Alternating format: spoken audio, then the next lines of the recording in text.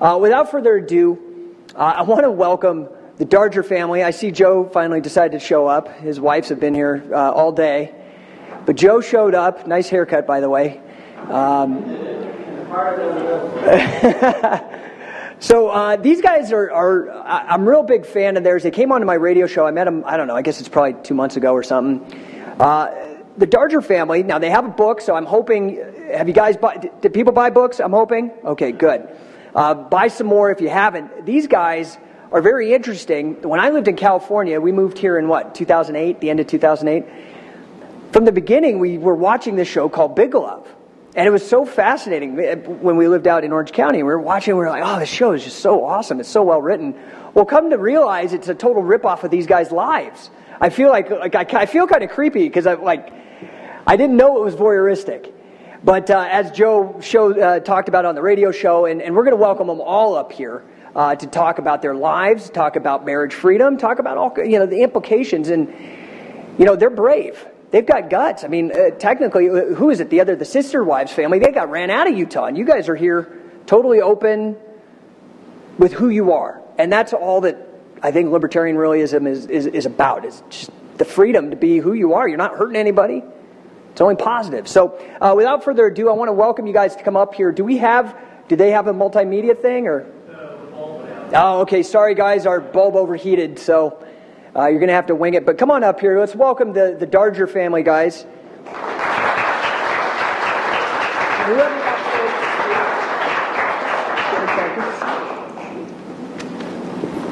So hi, I'm Alina. I'm one of the three wives. Brought with me Joe, Vicki, and Valerie, and we'll all talk a little bit to you today. We live here in the Salt Lake Valley, and between us we have 24 children. So we're busy. We keep busy. And like he kept saying, I get to leave them at night when I go home. We don't. We keep them with us. So, anyway, up until a short time ago, we were just like the other, polygamists. We prefer plural families. There's about 38,000 of them in the Intermountain U.S. area total with their families. And we were just like them. They're quietly working. They're lawyers, doctors, dentists, accountants. Maybe your next door neighbor. You don't know. You may interact with a polygamous person and never know by looking. But we were kind of among that, same idea. Just keep your head low, keep working, and raise your family. And there are a ton of stereotypes that exist. I'm sure that you've thought of them, underage marriage, children without opportunities or education, oppressed women. And those stereotypes exist largely due to media and a few people doing bad things that are always in the media. And so people ask us sometimes, well, why don't you speak about it more? Because in Utah, the way that we live, it's a third-degree felony. And there's a really high risk for us. The bigamy statute doesn't just say, we don't go out and get multiple marriage licenses, but the bigamy statute doesn't just say, if you have multiple marriage licenses, it says, if you purport to marry.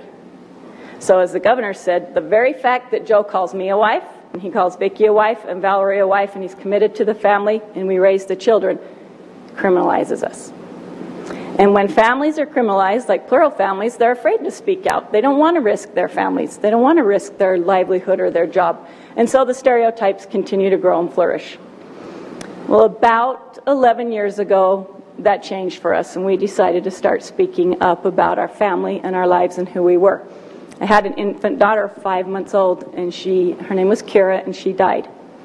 And because she died at home, an investigation ensued, which was routine. That happens. But very quickly, we come to find out that our faith would be a factor in that investigation, and I was terrified. I was so afraid that the police officers and the social workers wouldn't give us a fair shake. And some of the questions they would ask me, they would say, well, is your doctor a polygamist too? Or these kind of things. What did that have to do with it? It was a doctor. And so I knew that was there was something under there, and I was so afraid. So instead of mourning for my baby, I was just constantly focused on the kids I had here, and I just thought I have to do everything to keep them. So I just kind of became a wreck, just like washing their face constantly, combing their hair, cleaning the house, and trying to act normal. But if they'd go out and play, I was like staring out the window the whole time. And at nights, I just started dreaming, just of these police officers. Just always it'd be the same dream. huge storm, and then my door would fly open and a police officer, a huge one, would just come and take all my kids and just disappear just into vapor, into the darkness. And so I was just, it was a rough way to live. And so it took them about 3 months to decide that we were not medically neglectful and to close the case, and that ultimately we ought to keep our kids. And after that, I did and we vowed that we would never go forward and not understand what rights we had and help other people that might be in the same situation and not reach out. And that included us going to government agencies, to social workers, different places to help train different people, to help them to understand what plural families really are and who we are, and that, you know, everything that they know or think they know is not true. And so that's been a really interesting journey for us, and sometimes very fearful and sometimes really rewarding. But we just became dedicated to the decriminalization of our lifestyle, our faith, and our beliefs, because we felt we deserved to share the same rights and civil liberties as the rest of society. And so Ronald Reagan said, and I think it's really important to think about it, it's protecting the rights of even the least individual among us is really the only role of government. It's really the only reason government should exist. When I was a kid, I went to public school. I lived in a regular neighborhood, and I was raised with two moms. And I knew we were different. My other mom lived in a different neighborhood, but still a lot of people knew.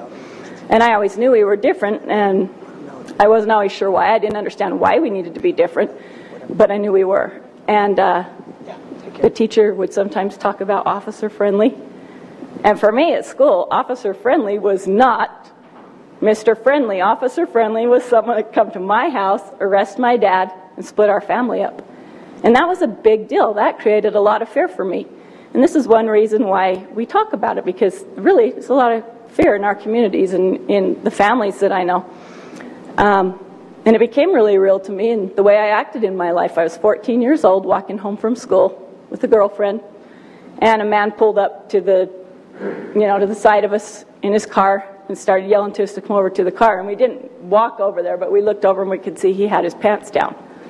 And we're 14, and we just, whoa, we laughed and took off and ran home. Well, when she got home, she immediately went and told her parents. And when I got home, I immediately went downstairs in my room and didn't say a word to anybody. Because in my 14-year-old mind, if I tell my parents, they call the police come to the house, they see my dad's a polygamist, they take my dad away, our family splits up. Now I can see that's irrational, but at 14, that was my worldview. That's what it was. So I didn't call anybody. And my friend did, and the police officer called the house and said, "Can I talk to you?" And I'm like, "No, I'm not talking." My mom's like, "Talk to them." And talk to him. It's okay. It's going to be fine. She was like, "What is going on with you?" But I was so afraid. So I rather would have just, been exposed to that and not said anything. And that's one of the problems that exists when you take an element of society and you push them down like that. And so we're here today to share with you our family and our faith, and even the possibility that we have for freedom for the least amongst us.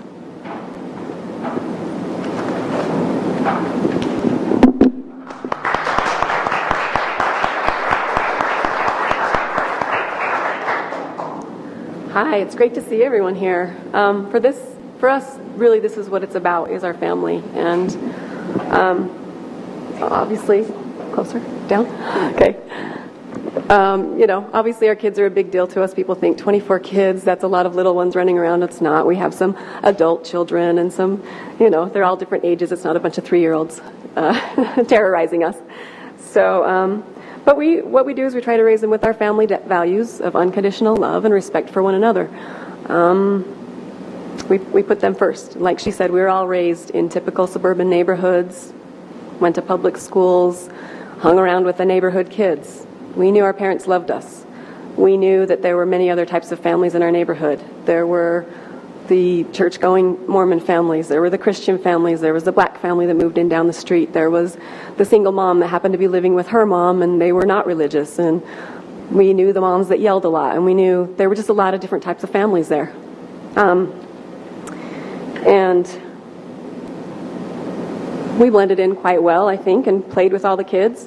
And not until you get to about 4th or 5th grade, you start thinking, oh, we're not really accepted. All these other families are still going on and they're fine, but we're just not really blending in, and it's just not really going well. But yet to us, it's the norm. It was our normal. It was loving and a great place to grow up. Lots of family, and our families were large, and that was different, but it was so normal to us. Even though that was normal, our story is a little bit unique. Joe and Alina and I kind of all started out together, which isn't typical even in our culture. But we had committed to the type of family that we wanted, and we started working together towards that goal. We started even reading parenting books before we even were married and had kids. We really, obviously it's just about family. We supported Joe through college, we shared finances, we pooled our resources, and we really started to create the possibility of that family that we have now, and it's wonderful. And there are really a lot of families like ours, some that we associate with, some that we know of but we don't really associate with, some that somebody came in here and said, there's a crazy person, and they were talking about Warren Jeffs. There's a crazy person, though, and I know he's not like you, but like, no, but there really are a lot that are just good family people with family values. So, and there are many more that we've come in contact with since we've written our book and become more public that really wanted to connect with us a little more. We had no idea, so there might be more than 38,000. Who knows? Because it's so secret. But and there are a lot of other families that don't fit the normal structure that the typical American family that have also reached out to us, and it's been great because we have some things that we can connect on and identify with. So, what is a family? To us, it's an adult or a collaboration of adults who are committed to working and to raise children to become responsible adults in an environment of authentic love. So we provide the things that they need. We provide clothing, food, shelter, and that environment of love and nurturing. And this is what we've done. And we have this great family, and we want to stay together. We love it. We get to experience some hard things and some, things that that really are tricky. But this is what we've chosen. In just a second, because I just got messed up on my notes. So just 1 second. Sorry. Here we go. So many people in this day also have blended families. We also have that dynamic in our family.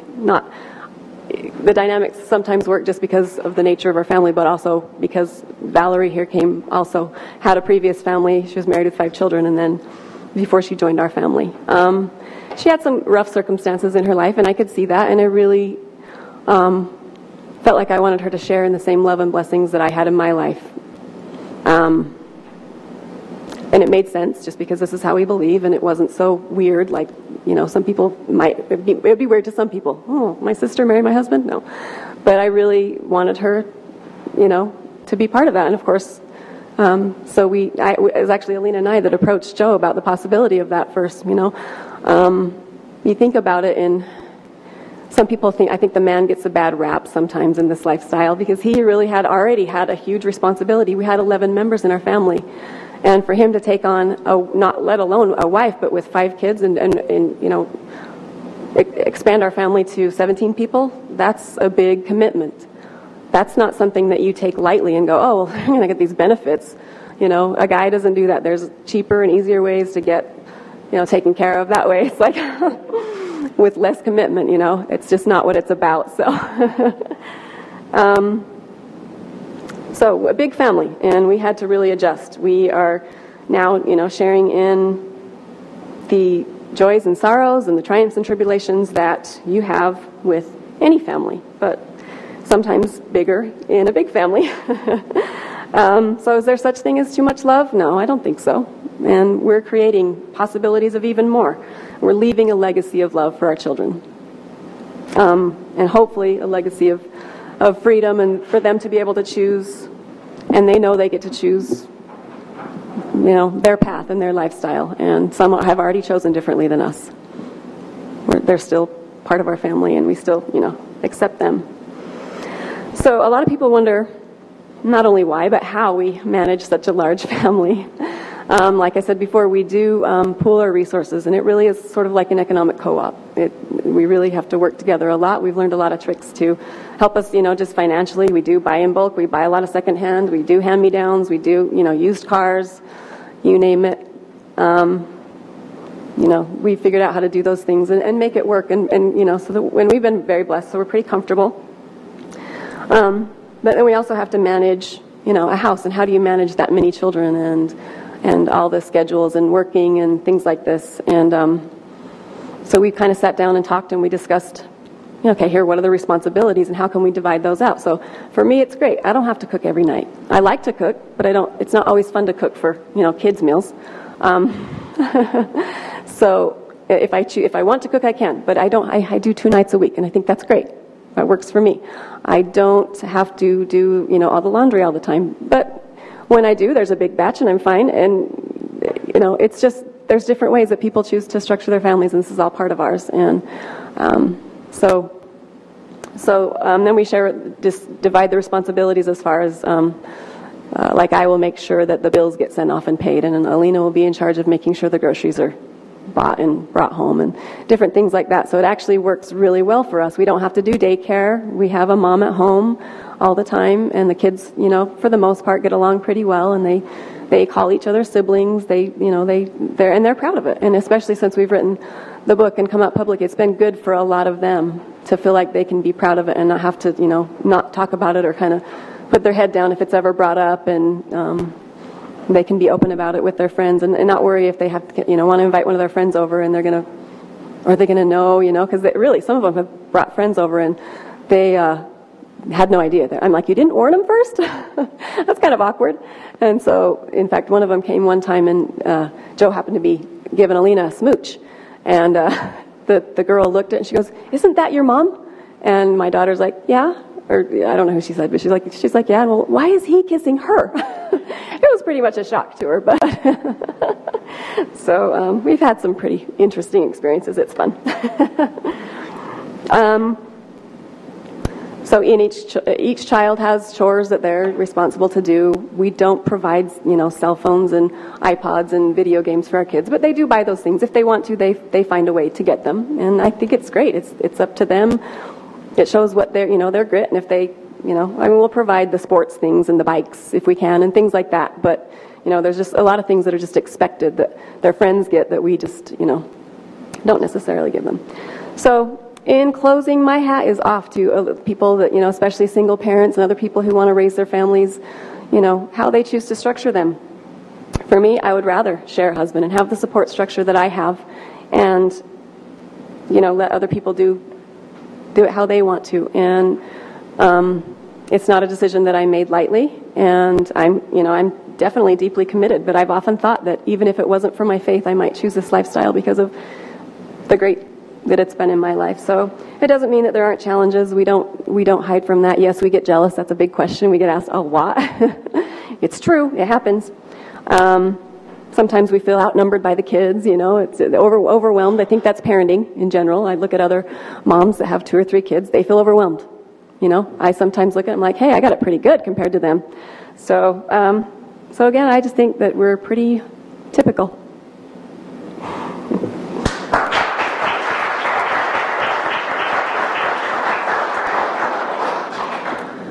I'm Valerie, and I just, part of why we're here is just to help educate everybody on, just exactly what we are. And I hate to put a label on myself. I wouldn't want to label anyone because I know how that feels, right? Polygamist. And so a lot of people would refer to us as what's called an independent fundamentalist Mormon. So what does that mean? It's kind of a long explanation, but we consider ourselves to be of the Mormon faith when it comes to theology, doctrine, even traditions. We largely go along with that, but we are not members of the LDS Church at all. We want to make that distinction.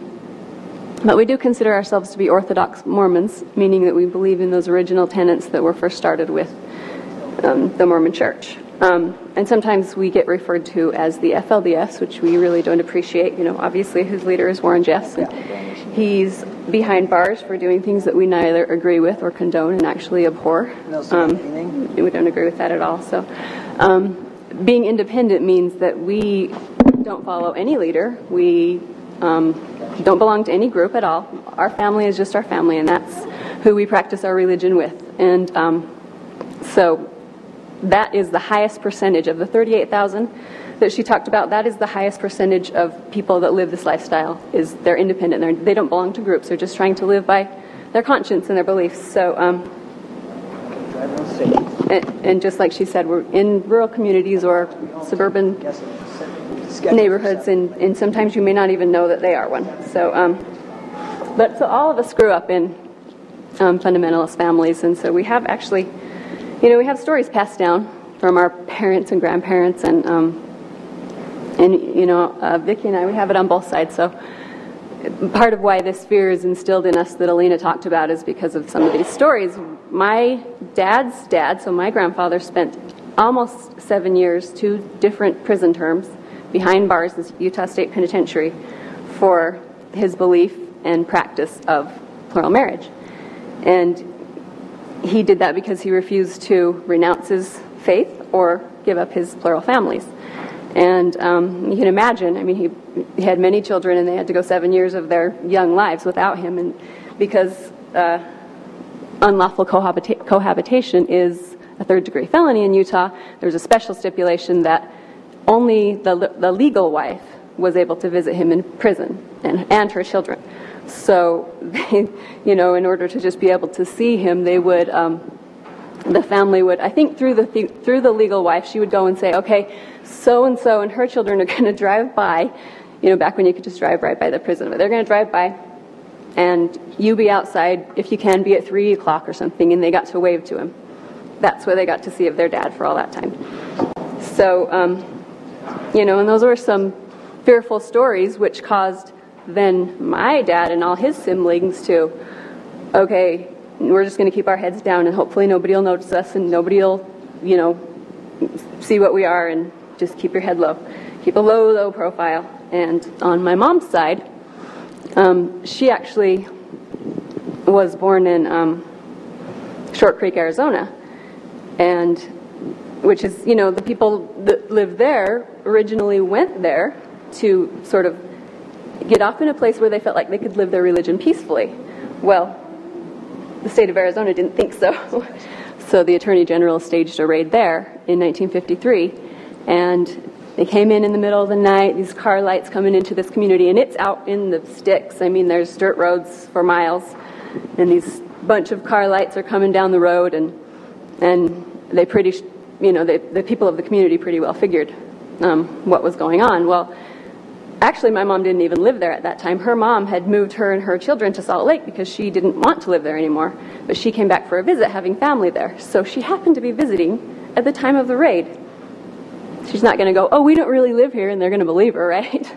And so so they just gathered up all the women and children, rounded up the men, and then went around from house to house to make sure that they hadn't missed any or that none of the men were hiding. And so my mom, she tells this story. She's laying in a little bed with the covers just over her head. She's wearing a little nightgown, and she's 8 years old. And she hears these men in the house and asking questions of her mom and intimidating her mom. And the men just come in and, is your husband hiding? And she goes and yanks the covers off my mom and scared her to death. And so she has, when she sees us come out publicly, she has real fears. She sometimes just shakes and she worries so much for us because she knows firsthand what that feels like, to have the government come in and really just intimidate and use their power. So, all those stories had a profound impact on us, just even being passed down, and then the stories that we went through, just living this way as children, even though there wasn't so much pressure to, take all the polygamists to jail, it was still, there was still just that really very real fear. So it's had, its impact, and it's, we're conflicted because we're proud to come from the families that we do and live the way we do, but afraid to come out and feel like we can tell people, and it's also given other people license. Just being a criminal element, it's given other people license, just everyday people, the neighbors, to be cruel and do hateful and prejudiced acts against us, and so it's just it just doesn't feel safe until we can be decriminalized. And so the cost has been great, and it's been really, really one of the most challenging things that we've ever done is to speak out publicly and come out. And each time we do something, it's even still another challenge because we really aren't. It's nothing that we ever saw ourselves doing until we saw a need for it. And so hopefully this has been valuable education to the people in this room. And inherent in our faith is the universal principle, which is free agency, which is obviously a libertarian value. And freedom of choice, freedom of religion, freedom to pursue happiness, they're fundamental rights that we all deserve and that we desire for ourselves, for our children, and our fellow countrymen. But decreed by the Reynolds case, we're free to believe what we want, but not act upon those beliefs. That's no freedom at all. Thank you.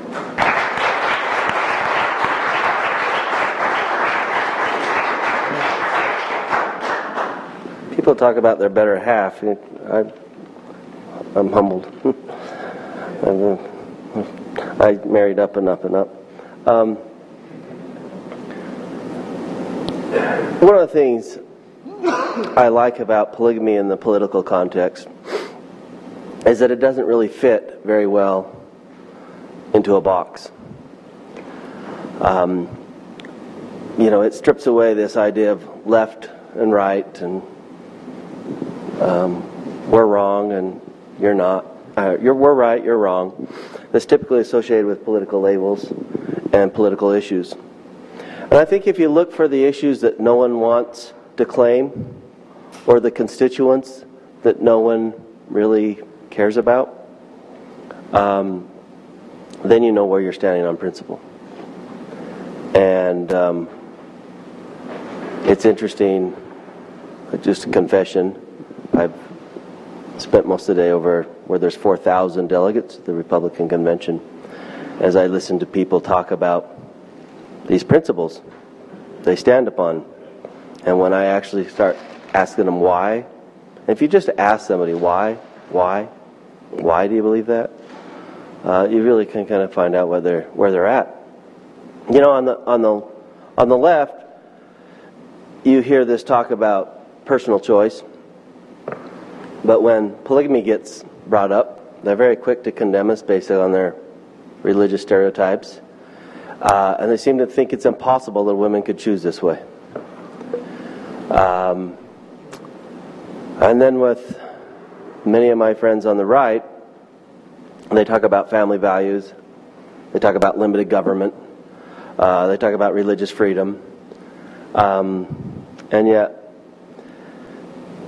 when we stand up and I tell people who we are, they have a tough time computing that because, when we went on the Bill O'Reilly show, he's the epitome of what a self-righteous Republican is.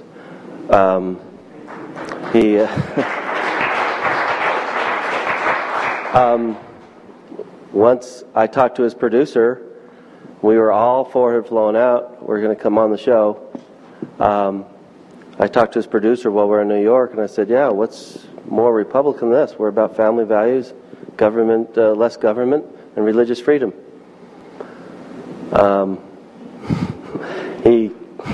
All of a sudden, they didn't have room for us on studio, and I got put down in the basement. He didn't want me on board. He thought he could intimidate my wives, who actually that was the wrong mistake. He should have had me on board. So, ironically, it's the conservative organization called the Institute for American Values. They did a coalition on marriage.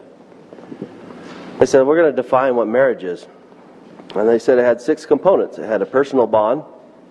It had a sacred promise element, right? It had a sexual union, It had a family-making component and financial partnership. And their sixth thing was it had a legal contract. Well, we have 5 of those 6 elements. We're not asking for a legal contract. We don't want legal recognition. Really what we want is the government just stay out of our lives. Thank you.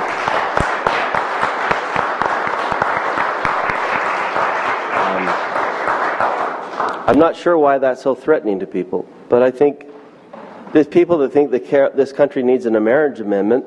Instead, what they need to focus on are the amendments we already have and living by them.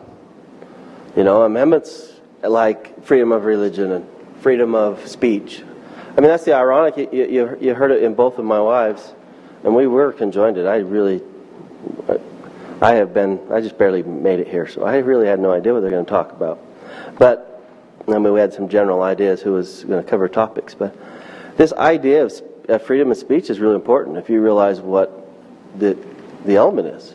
Because I purport to be married, because I call these women my wives instead of mistresses, that's why it's a felony. Because I'm standing up here in public and saying that I'm married is what makes me eligible to go get locked up.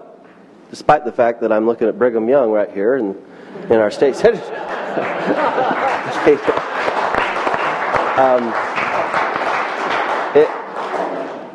It really is, they want to take away our self-expression.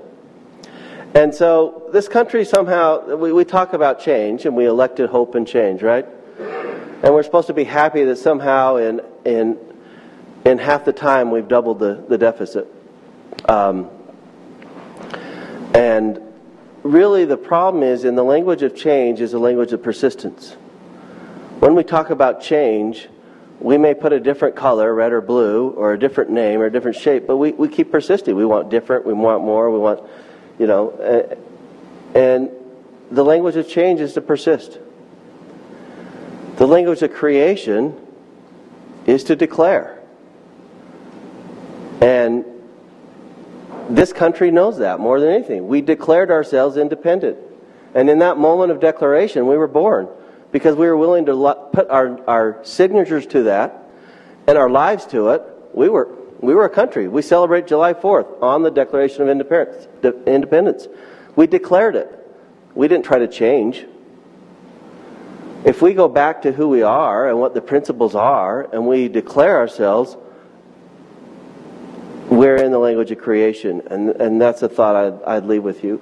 We here, my family, are declaring ourselves free from fear. I'm not backing down. People say, are you going to leave the state like the Browns did? No. I'm not wishing anything. The state's powerful. They're scary. But we're declaring ourselves free from fear, free from government intervention, and we want to empower ourselves, our children, and all of our fellow people to do the same. And we ask you guys to just share with us in the possibility of America that's freer. That's it.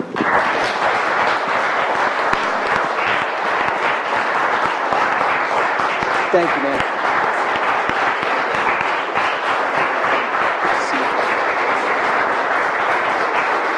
Okay, guys, you know, you talk about guts. I mean, really, these guys, I think it's important. I love the fact that they shared their stories and their personal fears about not being able to go to the police. I mean, that's just something everybody seems to take for granted. And how that's got to just play out in all these different ways, and the risk that these guys are taking for freedom. It really is impressive. So, unfortunately, what I think I'm going to do with the Q&A, because I'm just afraid with all of you, it's just going to be a giant can of worms. What I would like to do is maybe, and also hopefully spur some book sales for you guys. If you guys want to talk to these guys, buy their books, help them out, okay? What's the blog? What's the website? Love-times3.com. Love times 3, and it's all spelled out. It's not like X or whatever. Love-times3.com. There's a little video trailer that we were going to play but couldn't, so just watch that. Yeah, sorry, our light burned out. But so I'm going to have, maybe if you guys, anybody want to come and talk to them or whatever, they'll be out there signing their books. Please support them. Please be vocal in your support of them. I mean, these guys have guts. They really have guts. So let's give them another round of applause. Thank you so much, guys. Thank you. Good to see you. We'll have to get you guys on the radio again, too, okay? When you're ready. Okay, take care. Okay, so...